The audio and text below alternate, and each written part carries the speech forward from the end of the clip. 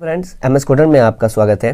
Today we are going to learn about black box testing. Black box testing क्या होता है, इसको कैसे यूज किया जाता है, इसके एडवांटेज डिसएडवांटेज सब कुछ आज की इस वीडियो में हम जानेंगे। तो इस वीडियो में लास्ट तक जरूर बने रहिएगा और अगर अभी तक आपने इस चैनल को सब्सक्राइब नहीं किया है तो प्लीज़ ज़रूर सब्सक्राइब कर लीजिएगा। तो let's start without wasting any time. तो यहाँ पर देखिए हमने इसके कुछ पॉइंट लिखे हुए हैं। सबसे पहला पॉइंट यहाँ पर क्या होता है, It is a method of software testing that tests the functionality of an application without the knowledge of internal structure। जो ब्लैक बॉक्स टेस्टिंग होता है ये सॉफ्टवेयर टेस्टिंग का एक टाइप होता है। ये क्या करता है, एप्लीकेशन की फंक्शनैलिटी को चेक करता है। ये सिर्फ ये चेक करता है कि जो एप्लीकेशन हमें आउटपुट दे रहा है वो हमारे रिक्वायरमेंट के हिसाब से दे रहा है या नहीं दे रहा है। इसमें हमें इंटरनल स्ट्रक्चर के बारे में कुछ भी पता नहीं होता है कि इसके अंदर किस टाइप की कोडिंग की गई है, कितने मॉड्यूल है उस एप्लीकेशन के अंदर। We do not know anything about that. तो इसके अंदर सिर्फ हम फंक्शनैलिटी को चेक करते हैं। इट चेक्स परफॉर्मेंस एरर्स और बिहेवियरल एरर्स। इसमें सिर्फ हम दो तरह की एरर को चेक करते हैं, परफॉर्मेंस एरर और बिहेवियरल एरर्स के एरर को चेक करते हैं। नेक्स्ट पॉइंट है यहाँ पर, in black box testing tester select a function and gives input value to examine its functionality. इसमें ब्लैक बॉक्स टेस्टिंग में क्या करता है टेस्टर कि किसी एक फंक्शन को सिलेक्ट कर लेता है, एक फंक्शन को चूज करता है और उसको इनपुट देता है और चेक करता है कि उसकी फंक्शनैलिटी कैसी है, उसका आउटपुट सही आ रहा है या नहीं आ रहा है। And checks whether the function is giving expected output और नॉट। और वो चेक करता है कि जो फंक्शन को इनपुट दे रहा है वो एक्सपेक्टेड आउटपुट देगा या नहीं देगा। If the function produce correct output then it passed in testing otherwise failed. अगर जिस फंक्शन को हमने जो इनपुट दिया है अगर वो हमें सही आउटपुट देता है तब हम कहते हैं कि ये एप्लीकेशन जो है ये करेक्ट है, अदरवाइज ये फेल हो जाएगा। फिर हम इसको दोबारा डेवलपर जो टीम होती है डेवलपमेंट करने की उसको दे देते हैं, वो फिर से उस एरर को रिजोल्व करती है। चलिए अब हम इसको थोड़े से डायग्राम के थ्रू समझने की कोशिश करते हैं कि इसके अंदर वर्किंग किस तरह से किया जाता है। सपोज कीजिए कि हमारा एप्लीकेशन है और इसके ऊपर हम ब्लैक बॉक्स टेस्टिंग को अप्लाई करने वाले हैं। तो इसमें क्या करेंगे, हम सिंपली इनपुट देंगे और इनपुट देने के बाद जो आउटपुट आएगा उसको हम चेक करेंगे क्या ये आउटपुट एक्सपेक्टेड है या नहीं। मतलब जो आउटपुट आना चाहिए था, जो यूज़र की रिक्वायरमेंट थी उस तरह से आ रही है या नहीं आ रही है।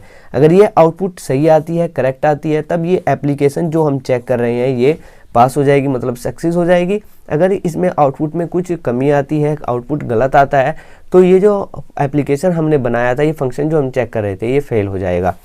और नेक्स्ट पॉइंट है यहाँ पर, test engineers perform the black box testing. जो ब्लैक बॉक्स टेस्टिंग होता है इसको कौन टेस्ट करता है, टेस्ट इंजीनियर्स होते हैं टीम के अंदर, वो इसको टेस्ट करते हैं। ये एक नंबर में पूछ लिया जाता है कि ब्लैक बॉक्स टेस्टिंग कौन टेस्ट करता है, डेवलपर्स करते हैं या टेस्ट टीम करती है या फिर क्लाइंट्स करते हैं। तो इस तरह का एक नंबर में पूछ लिया जाता है। तो चलिए अब हम इसके एडवांटेज और डिसएडवांटेज के बारे में पढ़ते हैं। तो यहाँ पर देखिए ब्लैक बॉक्स टेस्टिंग के कुछ एडवांटेज होते हैं और कुछ डिसएडवांटेज होते हैं।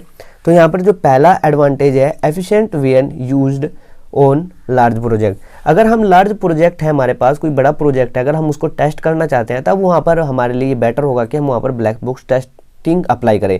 क्योंकि ब्लैक बॉक्स टेस्टिंग क्या करता है, सिर्फ फंक्शनैलिटी को चेक करता है, वो इंटरनल स्ट्रक्चर को चेक नहीं करता है। There is no need for the testers to know the actual coding language. दूसरा जो एडवांटेज होता है यहाँ पर कि जो टेस्टर्स होते हैं उनको एक्चुअल कोडिंग की नॉलेज प्रॉपर हो या ना हो, वो ब्लैक बॉक्स टेस्टिंग को परफॉर्म कर सकते हैं। तो ये भी इसका एडवांटेज होता है।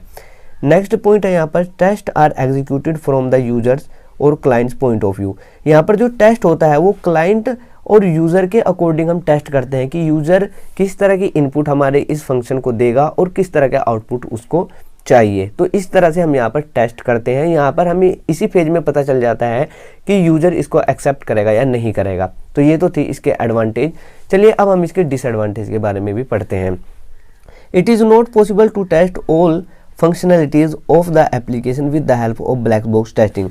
ब्लैक बॉक्स टेस्टिंग का जो पहला डिसएडवांटेज होता है ये होता है कि हम किसी भी एप्लीकेशन की सभी फंक्शनैलिटी को चेक नहीं कर सकते अगर हम ब्लैक बॉक्स टेस्टिंग को यूज़ कर रहे हैं। क्योंकि ब्लैक बॉक्स टेस्टिंग का काम क्या होता है, ये हर बार इनपुट देता है एक फंक्शन को और फिर उसके आउटपुट को चेक करता है। तो इस तरह से एक प्रोजेक्ट के अंदर बहुत सारे मॉड्यूल होते हैं, तो हर मॉड्यूल की फंक्शनैलिटी को चेक करना it is not possible by the using of black box testing. Next disadvantage है यहाँ पर, It is difficult task to design the test cases without proper knowledge of the internal structure of the application। मतलब बिना internal structure के knowledge के हम test cases को नहीं क्रिएट कर सकते। ये हमारे लिए डिफ़िकल्ट हो जाता है, चैलेंजिंग हो जाता है, क्योंकि यहाँ पर हमारे पास इंटरनल स्ट्रक्चर की कोई भी नॉलेज नहीं होती है। तो आई होप कि आज की ये वीडियो आपको अच्छी लगी होगी। आज की इस वीडियो से आपने कुछ नया सीखा होगा, तो प्लीज़ इस वीडियो को ज़रूर लाइक कीजिएगा, इस चैनल को सब्सक्राइब कीजिएगा, और अगर आप प्रोग्रामिंग लैंग्वेज सीखना चाहते हैं तो भी आप इस चैनल को ज़रूर सब्सक्राइब कर लीजिएगा। Thanks for watching.